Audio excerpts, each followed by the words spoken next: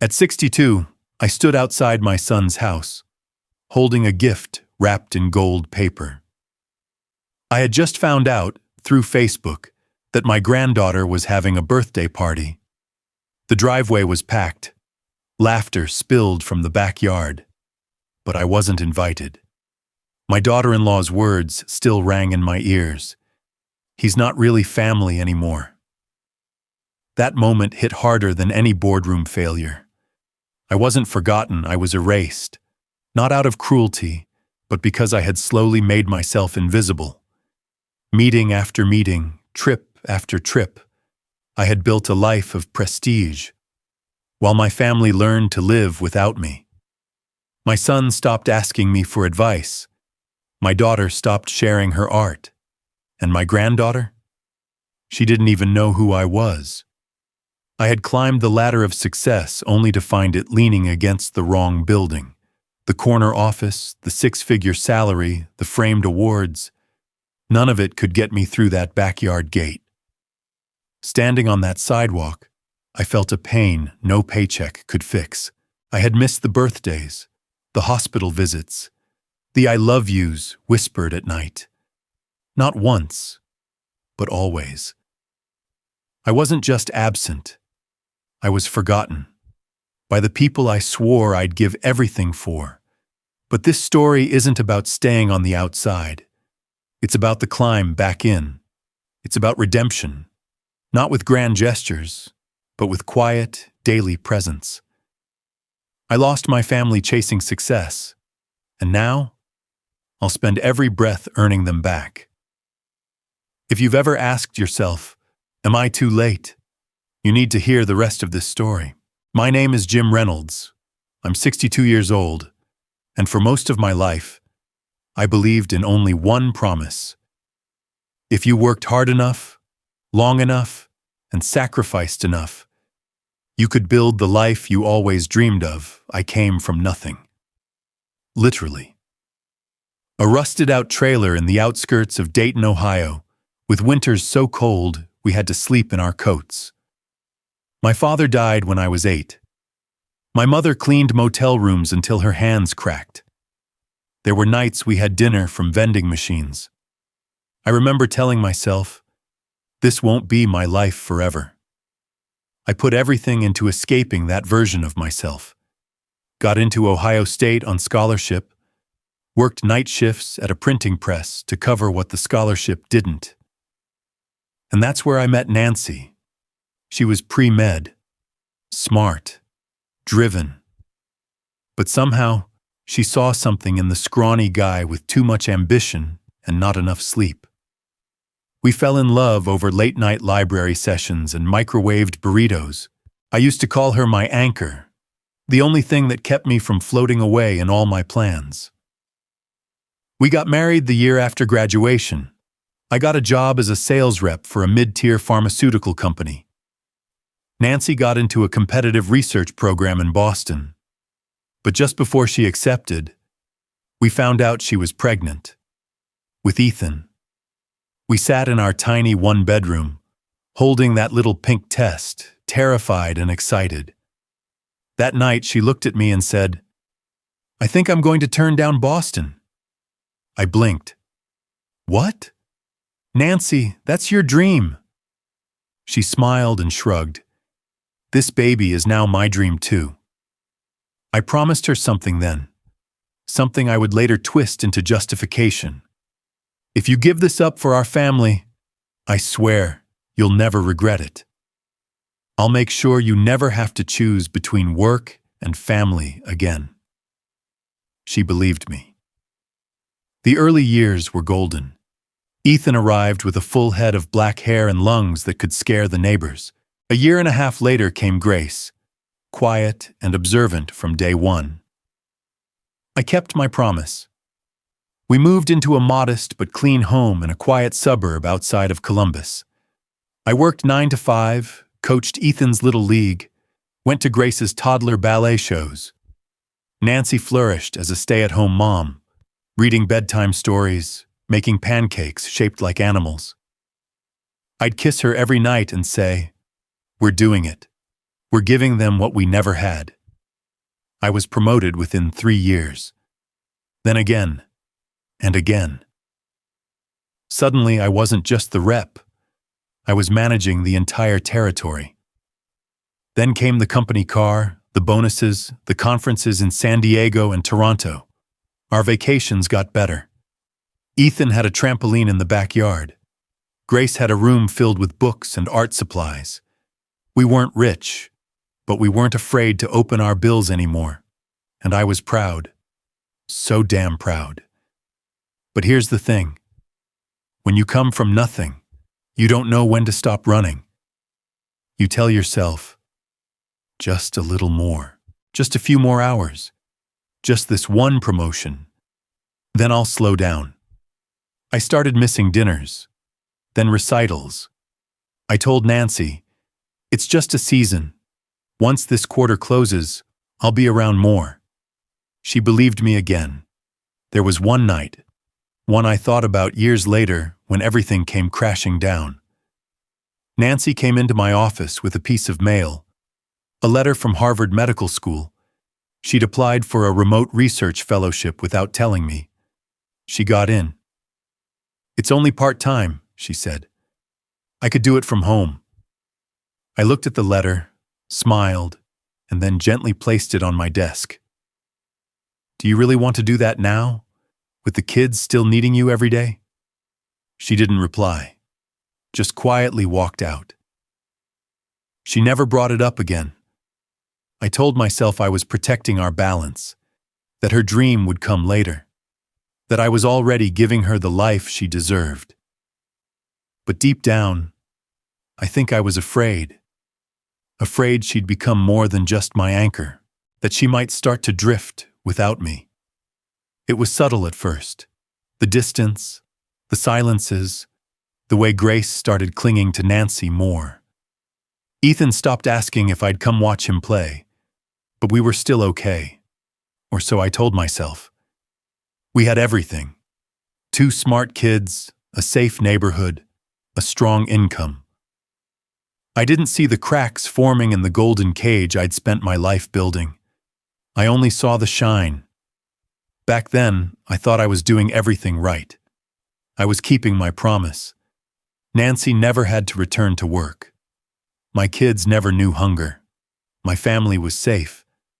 But I didn't see what it was costing me, what it was costing them. I had no idea that my greatest success was already becoming my greatest failure. I don't remember when it changed, only that it did. 1 business trip turned into 2, then 5, then a month where I only saw my kids when they were asleep. It wasn't supposed to be like that. It was supposed to be temporary. Just this quarter, I told Nancy. Just until the expansion stabilizes. I'd kiss her forehead and head to the airport before dawn. The company was growing fast. We had a new product line, and I was tasked with launching it regionally. I was flattered, important, the kind of guy who flew first class and had 2 cell phones. I told myself I was doing it all for them, for Nancy, for Ethan, for Grace. But something subtle had shifted. Nancy never complained. That was the worst part. She didn't nag or scold or guilt trip. She simply adjusted. Started cooking for 3 instead of 4. Took over bedtime rituals. Helped Ethan with math. Cheered for Grace at her poetry competitions. All without me. The house ran fine without Jim Reynolds, too fine. I came home one weekend to find Ethan in the garage, fixing his bike with his uncle, Nancy's brother, Mark. They were laughing about something I didn't understand. I stood there, holding a Starbucks cup, feeling like a guest in my own driveway. When Ethan saw me, he waved, but it wasn't excited. It was polite. That was worse. Grace grew quieter. She used to run to the door when I came home, arms outstretched. Now she barely looked up from her books. Once I overheard her ask Nancy, "Is Uncle Mark coming to my reading recital?" Nancy said yes. Grace smiled. She never asked if I was. Then there was the envelope. I was in my office, sifting through my briefcase after a trip to Chicago, when I found a crumpled manila envelope. No postage, just my name, written in Grace's careful handwriting. Inside was a letter, a short one. Dear Daddy, I know you're busy, but my award ceremony is next Friday at 5 p.m. I'm reading a poem and I hope you can come. It would mean a lot. I even saved you a seat in the front row. It says Dad on it. Love, Grace. I stared at it. My stomach turned cold. The date was 3 days ago. I called my assistant, Tracy. Hey, Tracy, did you happen to see an envelope from my daughter in my briefcase last week? Silence. Oh. Yeah, I think so. I thought it was something personal and didn't look urgent, so I tossed it in the mail bin. Sorry, boss. I thanked her, then sat there in the dark, holding a letter I'd never read, an invitation I never saw. I missed Grace's moment. She'd saved me a seat, a front row seat, and I was probably in a Marriott somewhere, eating overpriced room service, nodding through a slideshow.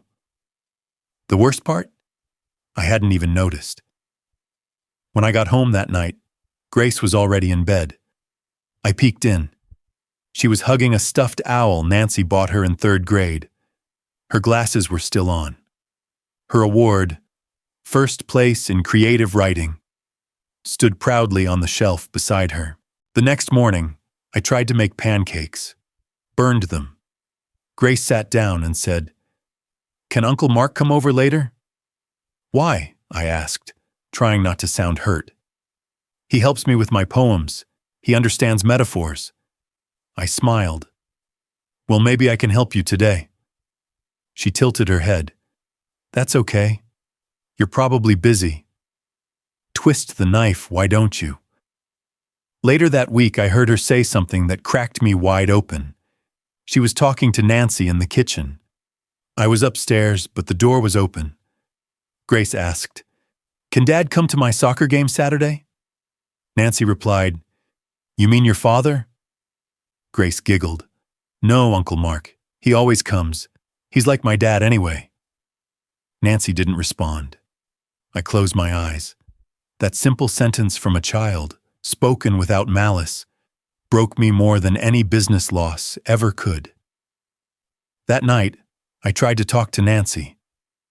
"Hey, did Grace really say that about Mark?" Nancy was folding towels. She didn't look up. "She's just a kid. She goes where she feels safe. She should feel safe with me." Nancy paused, then looked at me, not angrily, but sadly. "Then be with her, Jim. Don't just show up in pictures and presents. Be present." I opened my mouth to defend myself, then closed it. There was nothing to say. It wasn't that I stopped loving them. It was that I stopped showing it in ways that mattered. The cracks had formed, hairline at first, easy to ignore. But now they were stretching across every wall of the home I'd built. A home that, despite my best intentions, no longer had room for me. And still, I kept packing for my next trip. There's a certain kind of silence in a house that doesn't come from peace, but from people giving up. That was the silence I came home to more and more often. The kids were older now. Ethan had graduated from college and was working in IT somewhere across town. Grace was finishing high school, always lost in books and headphones. Nancy had changed in ways I didn't understand yet. She was studying again, working toward a master's in psychology. I didn't even know she'd applied until I found her textbooks on the kitchen table next to a cold cup of tea and a highlighter bleeding through the pages. When I asked, she simply said, "I needed something for me." I nodded, pretending to understand. Truth was, I didn't. Not really. I was still working, less travel, more video calls, but the damage was done. The house functioned perfectly without me. Ethan stopped coming home on weekends. Grace never asked for rides.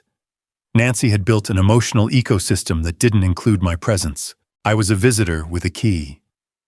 One Saturday morning, I got up early and went downstairs, trying to reclaim some ritual. I made coffee, scrambled eggs, even bacon. The house smelled like Sunday brunch, but no one came. I texted Ethan, "Brunch at home, come by?" No reply. Grace came downstairs around noon, earbuds in, grabbed a granola bar, and headed for the door. "Hey, sweetheart, want some real food?" She paused, pulled out one earbud. "Can't. Liam's picking me up." "Liam?" "My boyfriend." I blinked. "Wait, you have a boyfriend?" She looked at me like I was a substitute teacher. "For 3 months, Dad." She walked out. The door clicked shut behind her, as casual as flipping a light switch. I sat back down and stared at the full plate of bacon. I didn't know my daughter had a boyfriend. I didn't even know her favorite band anymore. I used to sing her to sleep with Simon and Garfunkel. Now, I couldn't name a single song she listened to. Later that week, Nancy and I had dinner alone. Grace was out. Ethan hadn't been home in weeks. I watched her stir her soup quietly. "So, how's the program going?" She nodded. "Good, challenging, fulfilling." "That's great," I said, trying to sound supportive. She took a bite, then said without looking up, "You don't need to pretend, Jim. I know this isn't the version of me you expected." I swallowed hard. "No, I didn't know you needed something outside the family." She looked at me then, softly, not angrily. "That's because you stopped asking." After dinner, she went upstairs. I wandered into the garage looking for an old photo album. I needed, to remember something warm, something real. That's when I saw the box. It was tucked behind the old lawn chairs, next to a crate of holiday decorations. A small wooden box, locked with a simple latch. It had Grace's name written in childish cursive across the top. Gracie's Memories. I hesitated, then lifted it. It was heavier than I expected. Back inside, I sat on the couch with the box in my lap. I didn't open it. Not yet. Instead, I stared at it. My daughter's memories, encased in wood, hidden in the dust and dark of our garage. Eventually, curiosity won. I unlatched the box and slowly opened the lid. Inside were pictures, notes, a birthday card from Nancy, a bracelet Ethan had made her, a dried flower from some school dance, and letters, dozens of them, written in crayon, pencil, and ink, some dated, some not. One caught my eye. "To the dad I wish I had." My heart stopped. I didn't read it. I couldn't. I closed the lid quickly, as if the words could escape and stab me. I placed the box back where I found it. That night I laid awake staring at the ceiling. My daughter, my little Gracie, had created a world where I didn't exist. Or worse, one where she wished I didn't exist. And Nancy, she had let her keep it. Maybe she'd even read those letters. I didn't ask. How could I? The revolution wasn't loud. It wasn't some dramatic departure. It was slow, quiet, effective. Nancy had built a new version of life, one that didn't depend on my promises or my presence. And I was just now beginning to understand that I was no longer the foundation of this family. I was a shadow. And in that silence, something inside me cracked deeper than ever before. It was the 9th time. 9 family events I'd missed in a row. Birthdays, anniversaries, holiday dinners. The last one was Nancy's graduation from her master's program. She'd invited close friends, the kids, even her professor. I was scheduled to give a keynote at a pharmaceutical summit in Denver. I told her I was proud of her. I meant it. But I wasn't there. Instead, I sent flowers, blue orchids, her favorite, Or at least they used to be. That night, she didn't call. Not even a text. Grace posted a photo on Instagram of her mom in a cap and gown, Ethan and Grace flanking her, all of them beaming. The caption said, "Strongest woman I know." There was no mention of me. Later that week, we had a small dinner at home. Or at least that was the plan. Nancy made roast chicken. Grace was there. Ethan showed up late with Kara, his wife. I greeted them at the door. "Hey, Ethan. Kara, good to see you both." Kara smiled politely but didn't say much. Over dinner, I tried to make conversation. Asked Ethan about work, asked Grace about school, asked Kara if she was still doing interior design. She nodded, then said, "It's going well. I've actually been booked up the last 3 months. You'd know that if we ever talked." It wasn't said harshly, just flat, honest. I laughed awkwardly. "Well, that's what tonight is for, right?" No one laughed. After dessert, Nancy excused herself to the living room. Grace followed. Ethan started helping clear the table. Kara stayed behind in the kitchen with me. She looked at me. Really looked. "I need to be honest, Jim," she said, her voice low. "You not showing up. It doesn't just hurt Nancy and the kids. It hurts Ethan, too. He just doesn't talk about it." I opened my mouth, defensive already. She held up a hand. "Don't. Just listen." I shut my mouth. There was a time in college when we were both broke. Ethan needed $300 to cover rent. He called you 5 times. You were in Germany for a conference. You didn't answer. Didn't even text back. My stomach dropped. I lent him the money, not because I minded, but because I saw how humiliated he felt. Your son, calling his dad, begging, and getting silence. I felt like I'd been punched in the chest. "Jim," she continued, "I know you think you're doing your best, but from this side of the family, it looks like you just don't care." I couldn't respond. I just stood there, gripping the edge of the sink like it might hold me up. After they left, I confronted Ethan. "Why didn't you tell me?" He didn't look up from his phone. Didn't seem like it would make a difference. I would have helped. He cut me off. "That's the problem. You think helping is about money. We didn't need a check. We needed a dad." He walked out of the room, and just like that, the conversation was over. Later that night, Nancy came into our bedroom with a folder. "I want us to try therapy," she said. I stared at her. "What?" "Marriage counseling. There's a woman I've been seeing individually. She recommended we come together." I exhaled sharply. "Nancy, come on, we're fine." "No, Jim. You're fine. You get to leave. Escape into flights and meetings. I'm here, managing the debris." I shook my head. "I don't need a therapist to tell me I'm busy." She narrowed her eyes. "That's exactly why we need one." I got up and paced. "I don't have time to sit in a room and rehash every missed dinner. We're adults. We can fix this without someone else in the room." "No, Jim, you can't."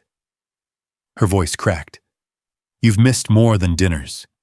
You've missed us. And I'm running out of things to salvage." I looked at her then, really looked, and saw it. The weariness, the emotional distance, the kind of heartbreak that doesn't scream, but sags at the shoulders. But I still said no. "I'm sorry. I don't think it's for me." She nodded, turned off the light, and climbed into bed without another word. As I lay there in the dark, the silence pressed against my chest, like weight. I had missed my son's desperation, missed my daughter's poetry recital, missed Nancy's triumph, missed the moments that mattered. And now I was missing the chance to fix it, because my pride was louder than her pain. That night, I didn't sleep. I just stared at the ceiling, wondering when the word family had stopped including me. I was in the middle of a presentation when my phone buzzed the first time. Then again. Then again. I glanced down. 5 missed calls from Nancy, 2 from Ethan, 1 from a number I didn't recognize. My heart thumped once, but I pushed the feeling down. I was pitching a multi-million-dollar licensing deal to a panel of European executives via Zoom. It was the kind of deal that could elevate the entire region under my name.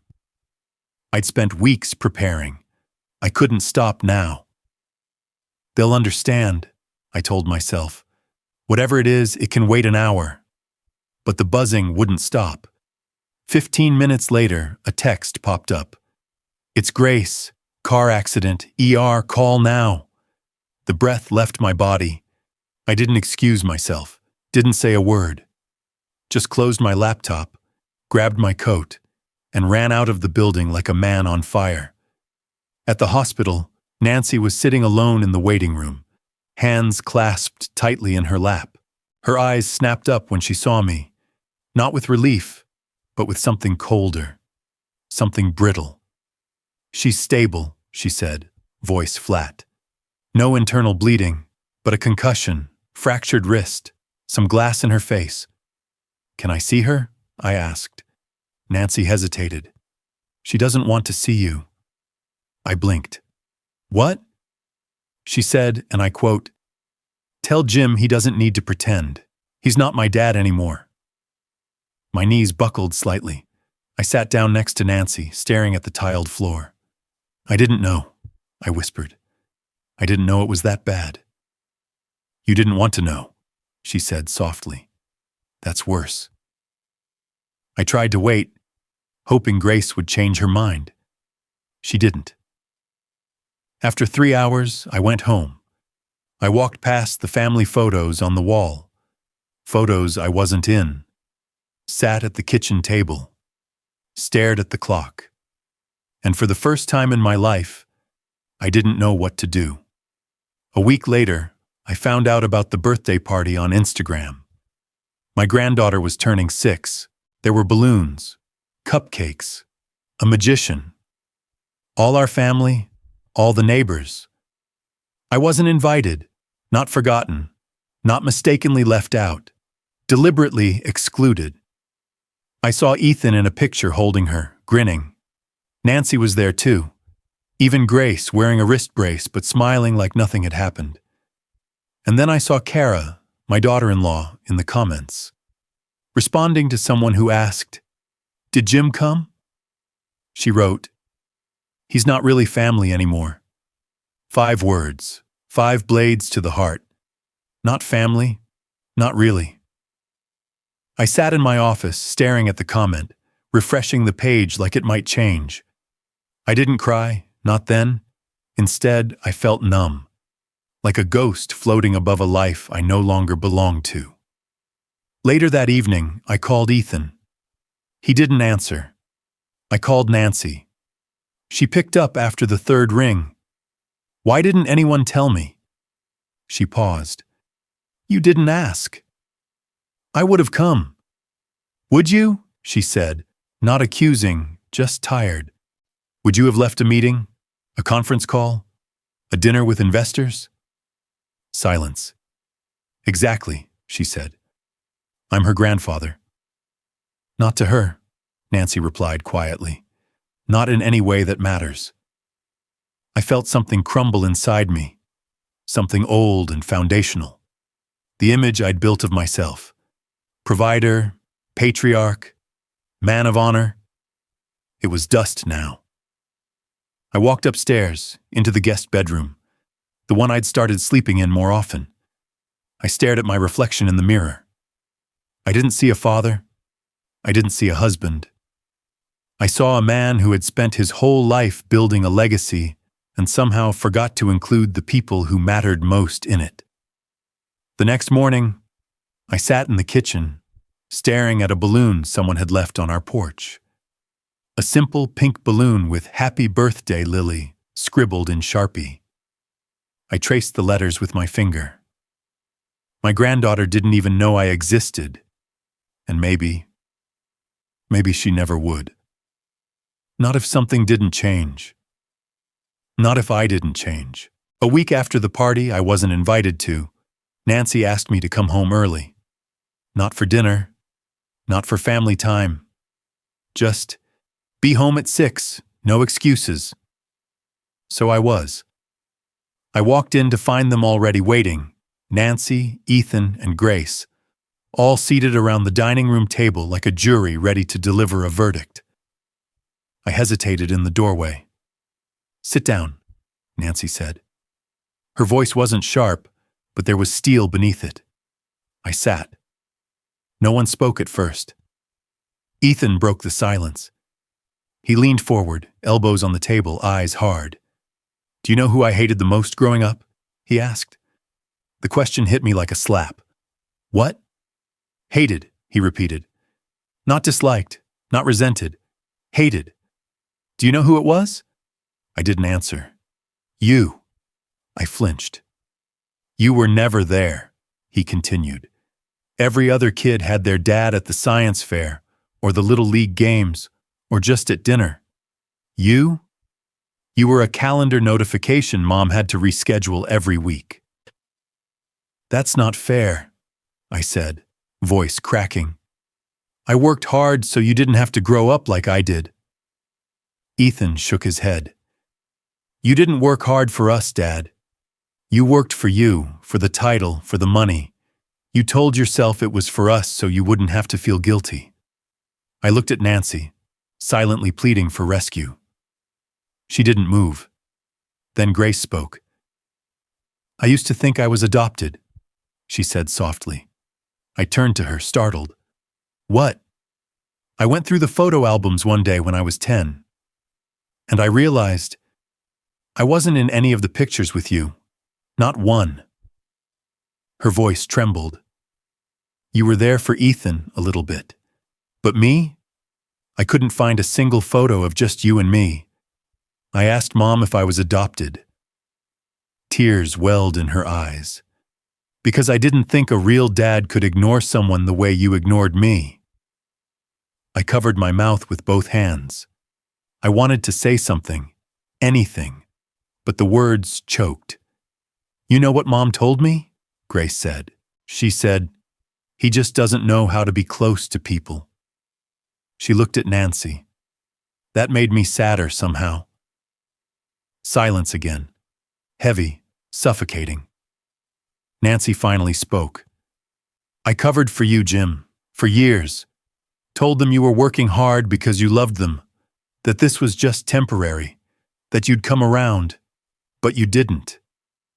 She looked directly at me now, her eyes sharp with pain. "You know how many recitals I sat through with an empty chair next to me? How many tears I wiped from their faces when they made excuses for your absence. 'Dad's busy,' they'd say. 'He'll be here next time.'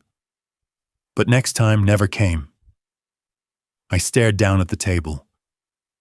"I wanted to believe in you, Jim," she continued. "I really did. I believed you when you said this was all for the family. But somewhere along the way, we stopped being your family and started being your excuse." Tears slid down my cheeks. "I didn't know," I whispered. Ethan laughed bitterly. "You didn't want to know."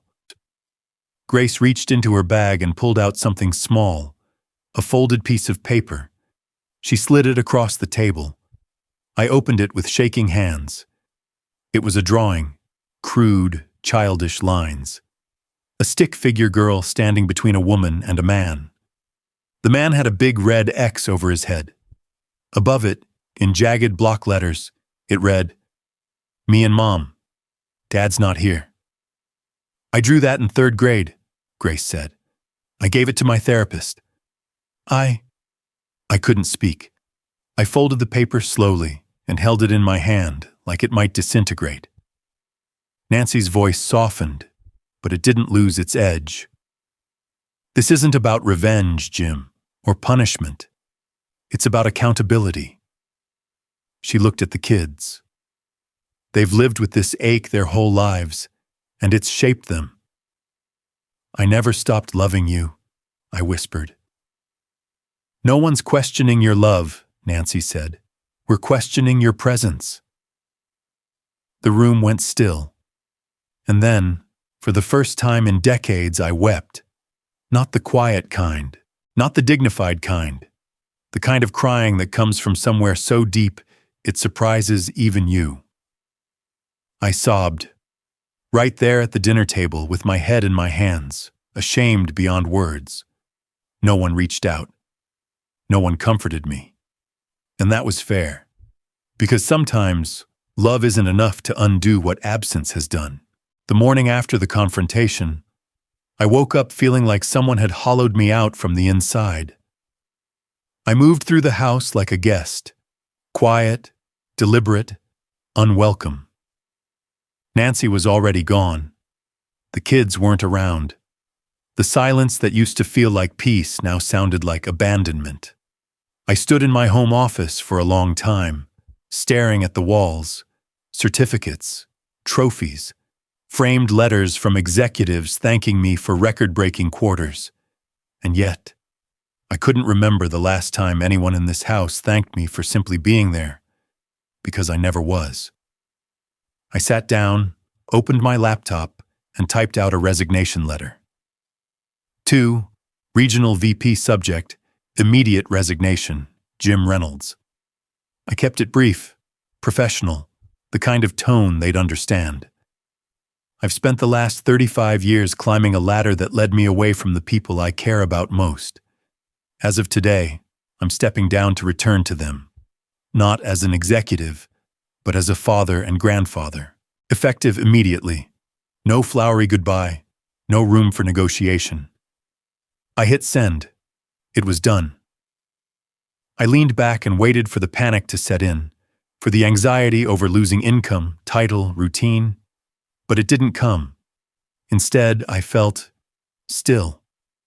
Later that day, I opened a drawer where I kept the few expensive things I ever bought for myself. At the very back, in a velvet box, was my Rolex Submariner, the one I bought after closing my first national account. I stared at it. It was beautiful, still gleamed like the day I got it, but I hadn't worn it in years. The next morning, I sold it. Cash in hand, I drove straight to a tiny local gallery I hadn't visited in over a decade. "Hi," I said to the owner. "You had a charity auction here a few years back. My daughter submitted a painting, blue background, tree with no leaves, birds flying away." The woman blinked, then smiled. "I remember that one. Abstract, but haunting. It sold to a private buyer. Can you help me get it back?" It took a few days, a few calls, and a generous offer. But eventually, the painting came home. I hung it in the hallway, across from the front door. First thing you'd see walking in. That night, Grace passed by and stopped. Her mouth fell slightly open. "Where did you—" "I got it back," I said. "It always belonged here." She looked at me for a moment, said nothing, then walked upstairs. It wasn't forgiveness, but it wasn't rejection either. A few days later, while cleaning out the attic, I found an old box labeled Gracie, 4th grade. I opened it out of curiosity. Inside were drawings, report cards, a broken plastic tiara, and a poem, folded, slightly crumpled, written in neat pencil lines on lined notebook paper. "To my daddy, you are the sun I don't see every day, but I know you're out there somewhere. When I draw, I think of your eyes. When I read, I hear your voice in my head. I wish you could see my stories. I hope you'd be proud." My chest tightened, but then I saw it. The title had been scratched out. Daddy was replaced, messily, with the word uncle. The edits were faint, like someone wasn't quite sure they wanted to finish what they'd started. I sat on the floor and cried over a fourth-grade poem like it was a last will and testament. That night, I stayed up until 2 in the morning. I bought a frame. The good kind, real wood, museum-grade glass. I printed the original version of the poem again, left the title untouched, and at the bottom, I added one handwritten line. I want to earn this title again. The next morning, I placed it on Grace's desk before she woke up. Said nothing. Didn't wait for a thank you. Just left it there. I didn't hear from her that day, or the next. But 3 days later, I found something in my room. A sticky note attached to the mirror. It was always yours. You just stopped showing up for it. No signature, but the handwriting was hers. That afternoon, I did something radical. I made dinner. Not takeout. Not a frozen tray. An actual meal, chicken marsala, garlic mashed potatoes, salad. I watched a YouTube video, took notes, burned one pan. But I got it done. And when Nancy came home, I was setting the table. She looked at me like I was an exhibit in a museum. "You okay?" she asked cautiously. "No," I said, "but I'm trying." She didn't sit immediately, just watched me. Then finally, "Okay." We ate in silence, but it wasn't heavy this time. It was new, tentative, like we were relearning how to be around each other. And for once, I wasn't reaching for my phone. I was reaching for her. For them. For the version of me I had abandoned somewhere between promotion and pride. The day after I made dinner, I decided to stay home for good. No more emails, no more LinkedIn updates, no more half-hearted check-ins from old colleagues who didn't understand why I would throw it all away. I didn't throw anything away. I was trying to pick up what I'd already lost. But if I thought quitting work would somehow earn me forgiveness, I was wrong. Forgiveness isn't given when you show up once. It's earned by showing up again, and again, and again. One morning, I offered to drive Grace to a school presentation. She refused, said she was taking the bus. Ethan dropped by to pick up something and found me planting new flowers out front. I waved. He didn't wave back. Instead, he walked past me and muttered, "So, what's the plan? You gonna play house for a couple of weeks and vanish again?" I stood up slowly, wiping my hands on my jeans. "No," I said. "I'm here now, for good." He snorted. "You said that before, Dad. Right before you missed my graduation. Right before you bailed on Mom's surgery. I'm sorry." He paused at the door. "So am I." Then he walked in, leaving me with a bag of mulch and 1,000 pounds of guilt. The hardest part wasn't the anger. It was the disbelief. They didn't hate me. They didn't trust me. Even my granddaughter, Lily, was cautious around me, if she noticed me at all. One Saturday morning, I woke up early to try something new. Pancakes. Not from a box. Real ones. The kind Nancy used to make in the shape of bears and stars. I found her old recipe card tucked into the back of a cookbook, stained with syrup and scribbled in her handwriting. Use buttermilk, not regular milk. It matters. She'd underlined that twice. I followed every step, made a mess, burned the first few, swore under my breath when I dropped a whole ladleful onto the burner. But eventually, I had a small stack. I set the table, brewed coffee, even cut strawberries into little hearts. Nancy came down first. She stared at the spread, blinked, then reached for a plate. "No mold? No fire?" she asked dryly. "Not this time." She cracked the smallest smile and took a bite. Damn, not bad. Then came Lily. She padded into the kitchen in socks, holding a plush unicorn. She looked at me, then up at Nancy. "Who's he?" My smile froze. Nancy set her fork down. That's your grandpa, sweetheart. Lily tilted her head. The real one? Nancy blinked. What? I thought he was your friend who likes breakfast. You said Grandpa was always working. I looked down at my plate. Nancy reached over and gently touched Lily's shoulder. He was. But now he's home. Lily nodded, unfazed, and sat down. Can I have the bear one? I passed her the pancake without saying a word. Later that afternoon, I walked into the den and just stood there. This was where the family gathered, where Ethan used to build Lego castles, where Grace would curl up with books, where Nancy would fold laundry while humming to old records. I had never really spent time in this room. I sat down on the couch and just existed. No phone, no TV, just presence.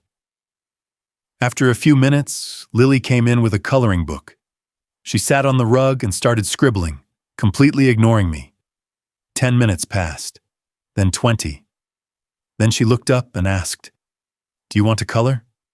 I swallowed hard. "Sure." She handed me a blue crayon. "I'm making this unicorn a skytail," she said proudly. I like that. We colored for half an hour. She didn't call me Grandpa, not once, but she didn't leave either. That night I went to Nancy as she was folding towels. She didn't know who I was. Nancy didn't look up. "She's 6, Jim. You've never been around." "I know. It still hurts." She set the towel down. "Good. Maybe now you understand what they felt like." I nodded. "I'm not giving up." "I know." And for the first time, I think she believed me. Over the next few weeks, I showed up. At school pickup lines, at grocery runs, at piano practice. Sometimes the kids ignored me. Sometimes they let me help carry the bags. One day, Ethan saw me fixing Lily's bike chain in the garage. He stood in the doorway, arms crossed. "You remember how to do that?" I smiled. "Had to relearn." He didn't smile back, but he didn't leave either. He watched. That was enough. I wasn't waiting for some dramatic moment, some grand gesture of acceptance. I was building trust the only way that matters. By being consistent. By showing up. By letting time do what words couldn't. One evening, I found another sticky note from Grace on the fridge. This one said, "Pancakes were better this time. Less burnt. Keep practicing." I smiled, then cried. Quietly. In the kitchen where my family had once felt like strangers. But now, maybe, just maybe, they were learning to see me again. It started with a question. A small, unexpected one that pierced me more deeply than any insult or accusation ever had. Lily and I were sitting on the porch one quiet afternoon. She was coloring with chalk on the pavement, swirls of pinks, purples, and something that vaguely resembled a dinosaur. She looked up at me, her little nose wrinkled in curiosity. "Grandpa," she asked, "do you know what my favorite color is?" I froze. It should have been easy. A throwaway question from a 6-year-old. But my mind blanked. Pink," I ventured. She burst out laughing. "No, that was last year." She tossed her chalk and came over, plopping down beside me. Then she leaned in, whispered like it was a sacred secret. "It's teal now." Teal. "Yeah, it's like blue and green had a baby." I smiled. "Good to know." She looked up at me and said something I'll never forget. "It's okay you didn't know. You can still learn." Then she hugged me. No hesitation, no distance, just warmth. And in that moment, I felt something uncoil inside me. Something I hadn't even realized was still tightly wound. Later that week, Nancy and I were cleaning out the pantry. She was reaching for a box of old holiday napkins when she suddenly said, "Lily's school is closing for a fall break." I glanced up. Oh? I was thinking of taking her somewhere. Just a little trip. The lake house, maybe. It's been years. That sounds nice, I said. She hesitated. You could come too, if you want. I blinked. Are you sure? Not as husband and wife, she clarified quickly. Not yet, just as someone who wants to show Lily that her grandpa knows how to build a fire and roast marshmallows. I laughed. I think I remember how. Then pack a bag. It wasn't a reconciliation, but it was a step. 3 days later, we were driving down a 2-lane highway, Lily singing off-key in the back seat to a playlist she'd made with Grace's help. Ethan had to work, but promised to stop by the second half of the trip. I watched Nancy as she drove, calm, focused, beautiful in the fading sunlight. There was a time I knew every line in her hand. Now, I felt like I was meeting her again for the first time. We reached the cabin just before dark. Lily ran inside like it was Disney World. I unpacked groceries while Nancy started the fireplace. It wasn't awkward, but it wasn't familiar yet either. We were learning each other again. The next morning, we had breakfast together. All 4 of us. Grace had driven up early as a surprise. She walked in with cinnamon rolls and a book of riddles for Lily. Ethan followed an hour later, carrying a grocery bag and a skeptical smile. We sat at the same table. Jim, Nancy, Grace, Ethan, Lily. 5 people. 1 table. No yelling. No phones. Just pancakes, syrup, and stories. Grace told a terrible joke that made Lily snort milk out her nose. Ethan pretended to be disgusted, but everyone laughed. Even Nancy. And somewhere between bites of bacon and a conversation about teal-colored unicorns, I realized something simple but powerful. This was what I had always wanted. Not a promotion, not applause, just this. A table full of people who still, somehow, wanted me there. That evening, I helped Lily build a campfire. She asked a million questions. Why the fire pops? Why the marshmallows melt? Why the stars looked brighter here? And then she said, I like this version of you. I looked at her. What do you mean? You listen more. You don't check your phone all the time. You smell like pancakes now. I laughed, wiping marshmallow off her chin. Thanks. I think. When she fell asleep that night, Grace pulled me aside. You're doing better, Dad. Still got a long way to go. She nodded. But you're walking it now. That's all we needed. Nancy sat with me later, outside on the porch. The moon was full.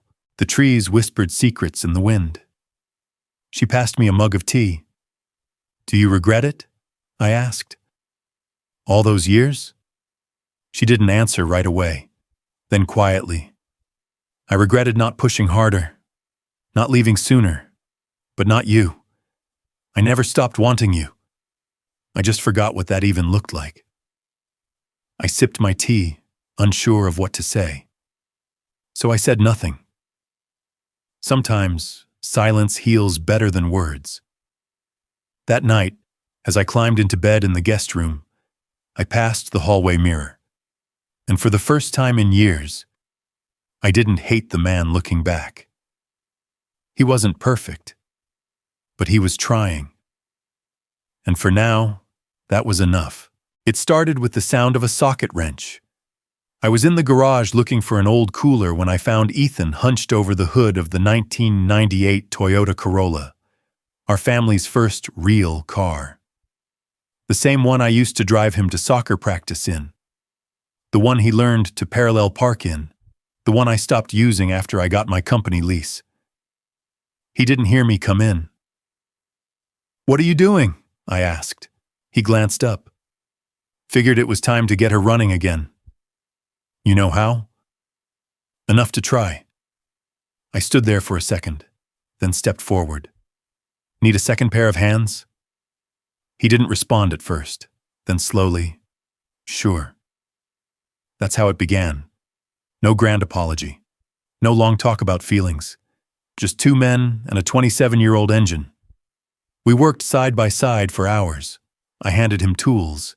He gave me instructions. We didn't talk about anything deep, but we didn't have to. There was something healing about the grease, the silence, the shared task. At one point, he wiped sweat from his brow and muttered, "You were right. This car's a disaster." I chuckled. She always was. He looked at me, but she still ran. I nodded. Yeah, just needed the right care. He didn't say anything, but the corner of his mouth twitched. Almost a smile. That night we had dinner together. Just the five of us again. Nancy, Grace, Ethan, Lily, and me. Lily sat next to me, proudly showing off a drawing of a family picnic. She'd drawn everyone, even the ants, and for the first time above my head, she wrote, "Papa." I stared at it, blinking fast. She looked up at me, beaming. "That's you." Nancy reached over and placed her hand on my shoulder. Not in ceremony, not for show, just a small, warm weight that said, "You're back." I looked across the table at Ethan, who nodded once, barely perceptible. Grace laughed at something Lily said, then handed me her phone. "Dad, you should read this." It was a social media post. Her profile, a photo of us, me pushing Lily on a swing at the cabin last weekend. The caption read, "Sometimes, the people most deserving of blame are also the ones most in need of love. I don't excuse the past, but I believe in growth. I believe in second chances, and sometimes they surprise you." My eyes stung. Within minutes, comments began pouring in. Strangers, parents, grandparents, kids. "Thank you for this. This made me call my dad for the first time in years. I showed this to my husband. He cried." By the end of the night, there were over 4,000 likes and messages, people sharing stories of distance and regret, of reconnection and hope. Some angry, some broken, but many inspired. I read every single one. Nancy walked into the room and found me sitting on the couch, scrolling silently. "They're not writing to me," I said. She sat beside me. "They're writing to who you used to be, or maybe who they hope someone in their life can become." I turned to her. "Do you really think I've changed?" She smiled gently. "I think you're still changing. And that's even better." We sat there, shoulder to shoulder, watching the glow of the screen reflect stories of strangers across the world, all tied together by a single, simple truth. We all want to be chosen, seen, forgiven. The next morning, Lily ran into the kitchen holding a poster board. "Can we do a family project?" she asked. "What kind of project?" I asked. "One about heroes." I expected her to say Spider-Man or Wonder Woman. Instead, she pointed at me. "I want to do mine about you." My throat closed. "Me?" She nodded. "Because you came back. Heroes come back." Nancy was slicing apples behind her. She paused, just long enough to let me see the tear she quickly wiped away. I looked at Lily and knelt down to meet her eyes. I'd be honored. That weekend, we sat together cutting out pictures, gluing words, drawing stars. She titled the board, "My Hero, Papa Jim." And for the first time, I believed her. Not because of what I used to be, but because of what I was becoming. The conference room wasn't fancy, just a beige community center with folding chairs, stale coffee, and a projector that flickered every few minutes. But to me it felt like a stage. I was the final speaker at a local parenting workshop. The room was filled with moms and dads, some young and tired, others older and hopeful. I'd been invited after Grace's post went viral. "We want your perspective," the coordinator said. People need to hear it. I stood behind the lectern, cleared my throat, and looked around at the quiet, expectant faces. My name is Jim Reynolds, I began. I used to think being a good father meant making sure my family never wanted for anything. A few nods. I worked hard. I climbed the ladder, got the corner office, the title, the pension, but somewhere along the way, I missed the point. I paused, letting the silence land. I missed birthdays, recitals, the little things that turn into big things.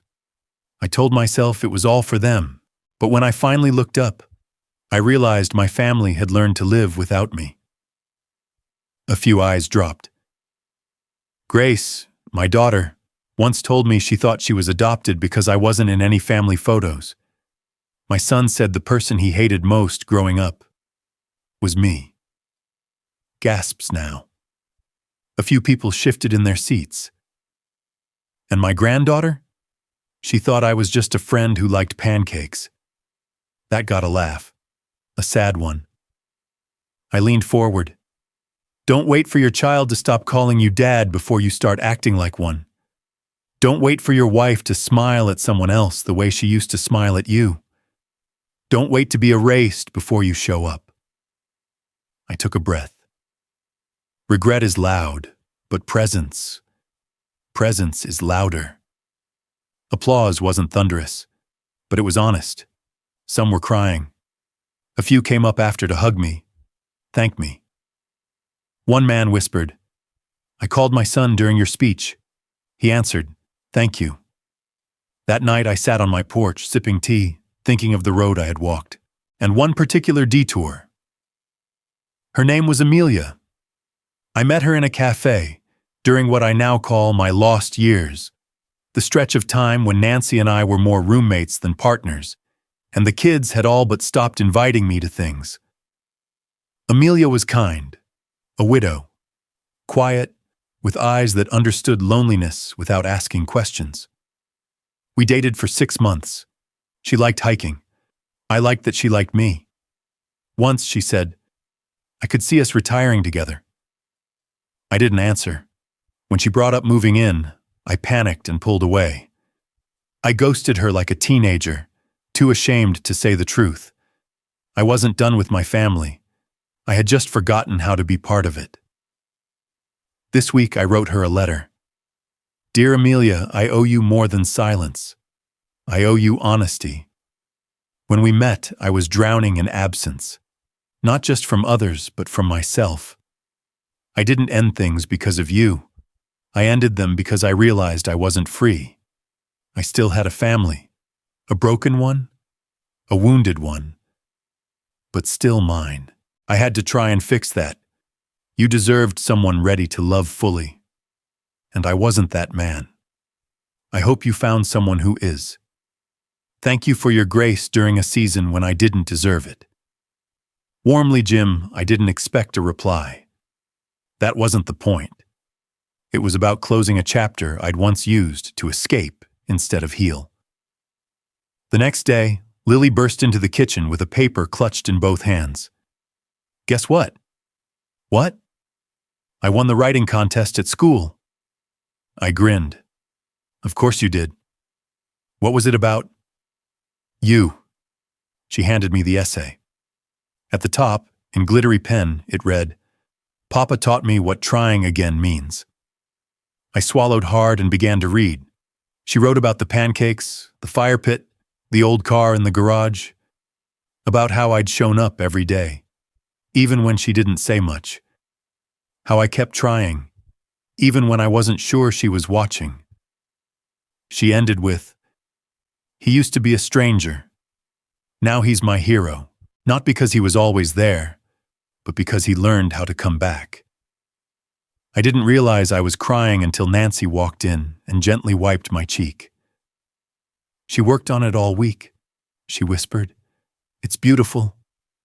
No, she said. It's true. That night we had dinner together, again. Not for a holiday, not for a crisis, just because we could. And after Lily went to bed, I looked at Nancy across the table and said, "Thank you." For what? For waiting. She smiled, tired and kind. You were worth it. The photo came later. Much later. But its story started long before the shutter clicked. It started the day Grace graduated from her counseling program. She wore a simple black robe, a white stole, and a small smile that reminded me of the first time she tied her own shoes and proudly showed me. After the ceremony, we stood under a tree where the families gathered for pictures. Nancy held Lily, who had made a glittery sign that read, "Go Aunt Gracie." Grace pulled me aside while Ethan and Nancy chatted nearby. "I got the job," she said. "What job?"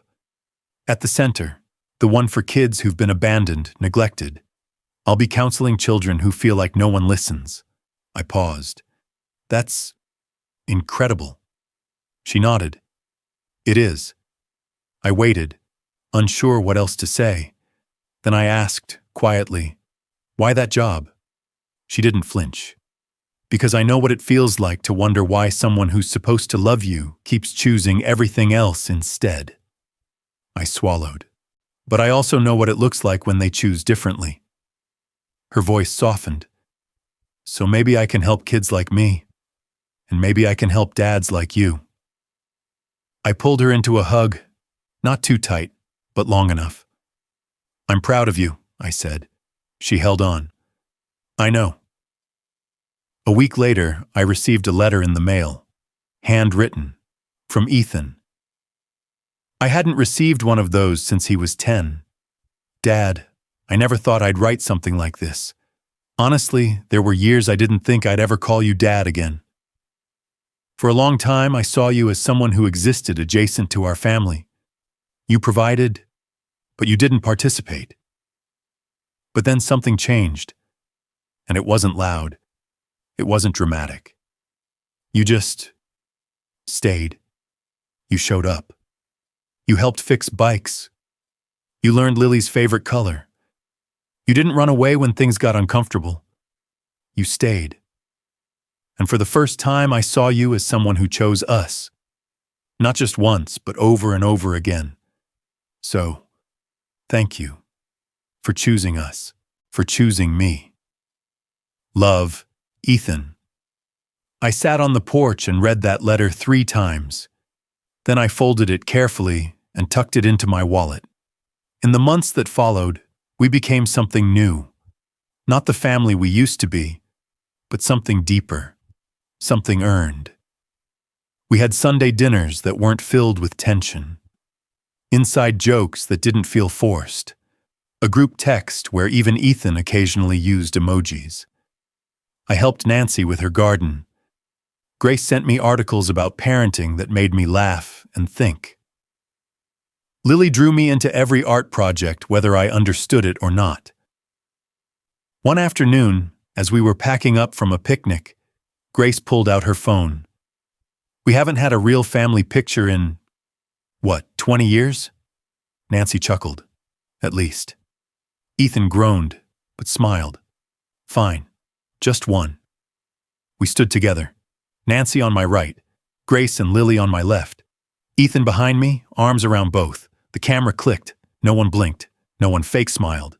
It was just us. Later that evening, Grace posted the picture. The caption was simple. "He's back. For good." The photo went viral again. Not because we were famous, not because we were photogenic, but because people recognized something in it, hope. The ripple effect was undeniable. I started receiving letters from across the country. Fathers who decided to leave the office early. Mothers who sent the email saying, "Let's talk." Children who forgave, and those still waiting. One man wrote, "Your daughter's post made me show up at my son's game. He ran to me like nothing had ever happened. Thank you." Another said, "I left home at 16. My dad sent me your story. I'm driving home tomorrow." We never know how far a choice can echo. All I did was choose my family. But in doing so, I gave other people permission to try, to come back, to stay. One evening, Lily climbed onto the couch next to me with a school journal. "Can you read this?" I adjusted my glasses. The page read, "My grandpa taught me how to make pancakes, ride a bike, and build a fire. But the biggest thing he taught me was how to keep trying, even when it's hard." I looked at her. "That's beautiful," she grinned. "They're putting it in the school newsletter." I kissed the top of her head. "They should put it on billboards." She giggled, then asked, "Did you always want to be a grandpa?" I paused. "No," I admitted. "I didn't think I deserved to be one." "But you're a good one now," she said simply. And just like that, I believed it. For the first time in my life, I wasn't measured by the size of my paycheck, the height of my title, or the number of things I could afford. I was measured by the memories I showed up for, the stories I helped create, the legacy I'd finally earned, not in stock options, but in second chances.